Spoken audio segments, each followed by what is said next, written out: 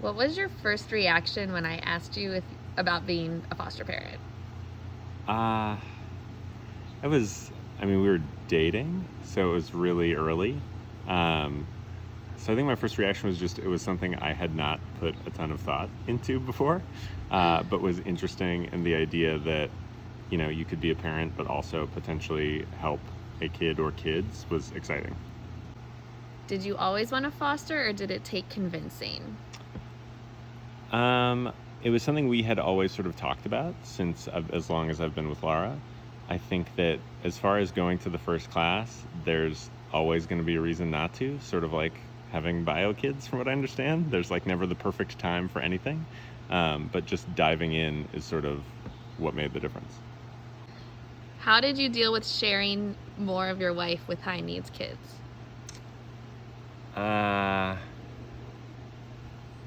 she's also sharing more of me with high needs kids. So I think there's that.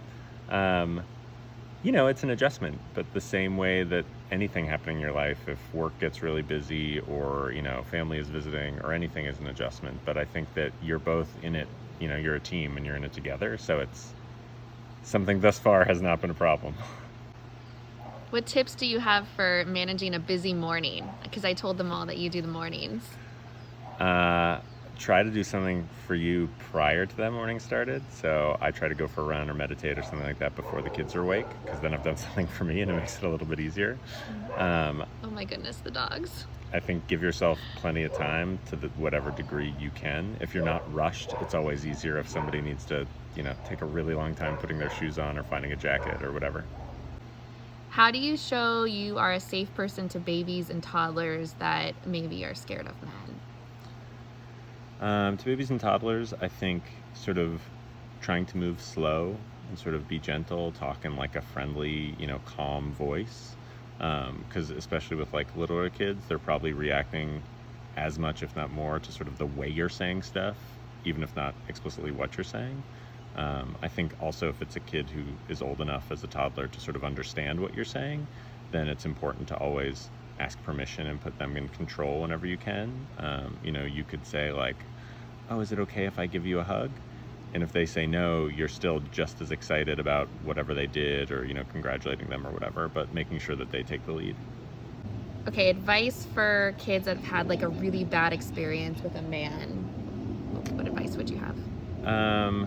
Look, one sort of just practical thing is potentially let your wife take the lead, so that she can be the one who's helping if they need help in the bathroom or changing or things like that might be more sensitive.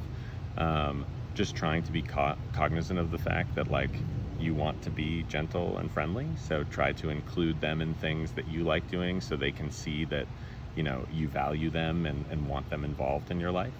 And then just try to avoid any behaviors that might be triggering around them. So that could potentially be drinking in front of them or, using a loud tone of voice, even if not at them, but at, a dog in the neighborhood or whatever. Just like trying to be aware of that stuff goes a long way.